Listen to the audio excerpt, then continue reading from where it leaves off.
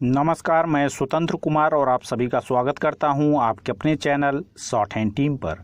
तो दोस्तों, आज के इस वीडियो में रामधारी सिंह गुप्ता खंड 2 के प्रतिलेखन संख्या 8 के डिक्टेशन को हम लोग लेने वाले हैं।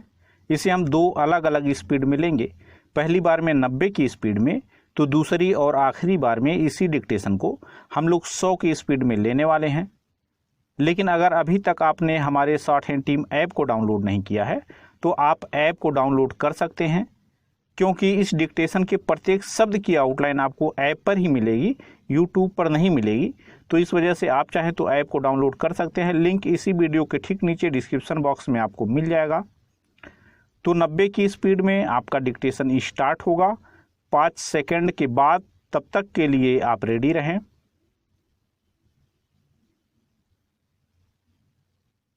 स्टार्ट। महोदय, दूसरे शब्दों में आर्थिक, व्यापारिक, निवेश और तकनीकी कारणों से द्वितीय महायुद्ध के बाद और शीत युद्ध के दौरान एशिया के देशों में पुनः धुंधलापन पैदा हुआ। लेकिन यह बात सही नहीं है कि एशिया की संस्कृति और सभ्यता को पश्चिम के प्रभाव और आधुनिकतम तरीकों ने नष्ट कर दिया। हाँ, एक धक्का जरूर दिया, पर समय समय पर एशिया का यह रूप, एशिया की यह सभ्यता और संस्कृति बलशाली तरीके से उदयमान होती दिखाई देती है। पंडित जवाहरलाल नेहरू ने 1945 में अपनी पुस्तक डिस्कवरी ऑफ इंडिया में एशिया की पहचान पर लिखा है कि 1000 वर्षों से जब यूरोप अपने अंधकार के युग में था, एशिया ने अपने मनुष्यों की प्रगतिशील आत्मा को प्रभावशाली ढंग से दर्शाया। उन्होंने यह विश्वास भी जताया कि एशिया की संस्कृति और सभ्यता यूरोप की संस्कृति और सभ्यता से अधिक प्राचीन है। आज के दिनों में भी चीन के नेता अपने यहाँ आध्यात्मिक क्रांति की बात करते दिखाई देते हैं और अपने आर्थिक विकास को भी प्रतिबिंबित करते हैं। मलेशिया के प्रधानमंत्री भी बड़े गर्व के साथ मलेशिया के रास्ते की बात करते हैं और आधुनिकता और पारंपरिक संस्कृति के मिश्रण से मलेशिया का विकास करना चाहते हैं। भारत के प्रधानमंत्री भी मध्य मार्ग की बात करते हैं, जिसको वे भारत का पारंपरिक विचार कहा करते हैं। वियतनाम के यशस्वी नेता भी साम्यवादी विचारधारा को पारंपरिक सहिष्णुता के अनुसार ढालना चाहते थे। एशिया के इन सब नेताओं की समय समय पर की गई घोषणाओं का वर्तमान संदर्भों में पूरा अर्थ लिया जाना चाहिए, जो एशिया की पहचान को नए सिरे से बनाने में सहायक सिद्ध हो रहा है। पैरा। यहाँ यह भी बताना उचित होगा कि हाल के वर्षों में एशियाई देश, विशेष रूप से पूर्वी एवं दक्षिणी पूर्वी एशिया के देश एशिया के सुदृढ़ देशों के रूप में उभरे हैं और इन देशों के आर्थिक विकास की दर विश्व के किसी भी अन्य देश के आर्थिक विकास की दर से अधिक है तथा जिनके आने वाली शताब्दी में विश्व आर्थिक व्यवस्था के निर्माताओं के रूप में उभरने की आशा है।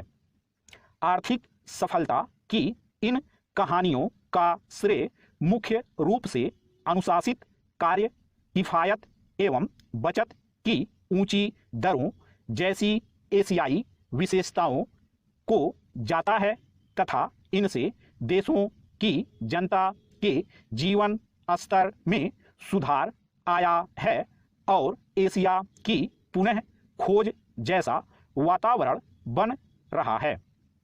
एशिया के देशों में अब आपसी भाईचारे की भावना उभर रही है और इससे ये देश परस्पर निर्भर हो रहे हैं तथा शीत युद्ध के प्रभाव से मुक्त होते जा रहे हैं।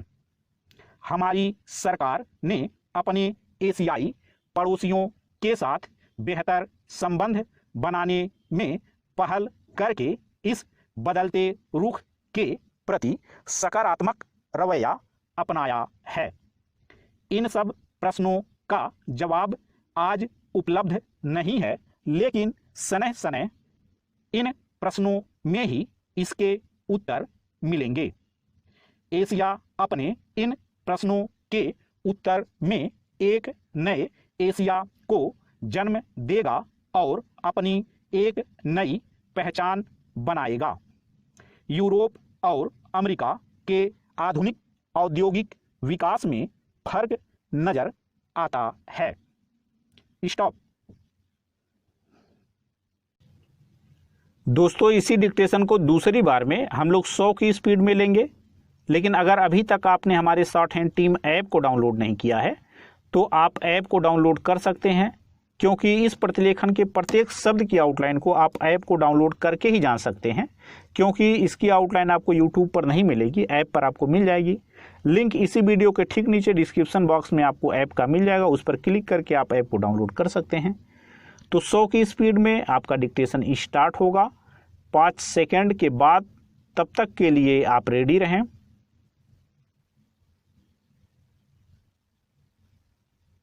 स्टार्ट। महोदय, दूसरे शब्दों में आर्थिक, व्यापारिक, निवेश और तकनीकी कारणों से द्वितीय महायुद्ध के बाद और शीत युद्ध के दौरान एशिया के देशों में पुनः धुंधलापन पैदा हुआ। लेकिन यह बात सही नहीं है कि एशिया की संस्कृति और सभ्यता को पश्चिम के प्रभाव और आधुनिकतम तरीकों ने नष्ट कर दिया।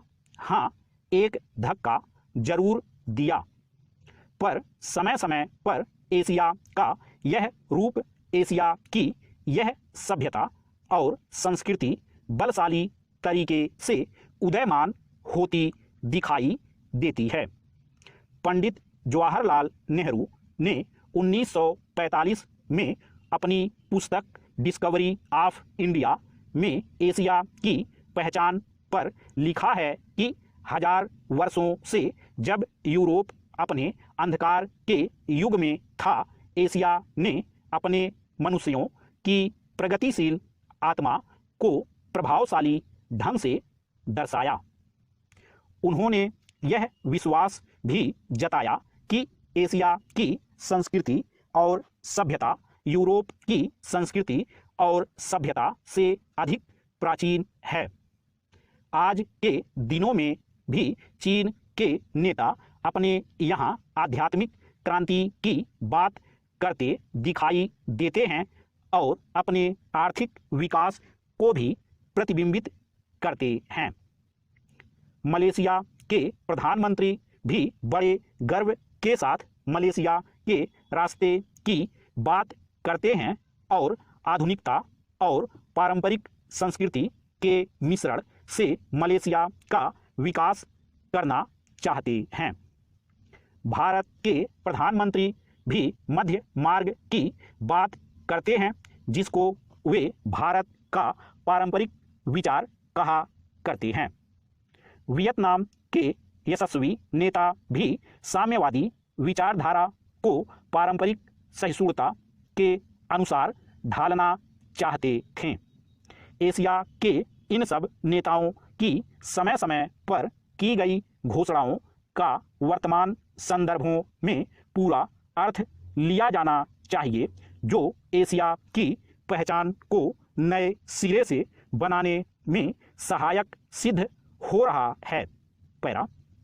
यहाँ यह भी बताना उचित होगा कि हाल के वर्षों में एशियाई देश, विशेष रूप से पूर्वी एवं दक्षिणी पूर्वी एशिया के देश एशिया के सुदृढ़ देशों के रूप में उभरे हैं और इन देशों के आर्थिक विकास की दर विश्व के किसी भी अन्य देश के आर्थिक विकास की दर से अधिक है तथा जिनके आने वाली शताब्दी में विश्व आर्थिक व्यवस्था के निर्माताओं के रूप में उभरने की आशा है। आर्थिक सफलता की इन कहानियों का श्रेय मुख्य रूप से अनुशासित कार्य, किफायत एवं बचत की ऊंची दरों जैसी एशियाई विशेषताओं को जाता है तथा इनसे देशों की जनता के जीवन स्तर में सुधार आया है और एशिया की पुनः खोज जैसा वातावरण बन रहा है। एशिया के देशों में अब आपसी भाईचारे की भावना उभर रही है और इससे ये देश परस्पर निर्भर हो रहे हैं तथा शीत युद्ध के प्रभाव से मुक्त होते जा रहे हैं। हमारी सरकार ने अपने एशियाई पड़ोसियों के साथ बेहतर संबंध बनाने में पहल करके इस बदलते रुख के प्रति सकारात्मक रवैया अपनाया है। इन सब प्रश्नों का जवाब आज उपलब्ध नहीं है, लेकिन सनह सनह इन प्रश्नों में ही इसके उत्तर मिलेंगे। एशिया अपने इन प्रश्नों के उत्तर में एक नए एशिया को जन्म देगा और अपनी एक नई पहचान बनाएगा। यूरोप और अमेरिका के आधुनिक औद्योगिक विकास में फर्क नजर आता है। स्टॉप।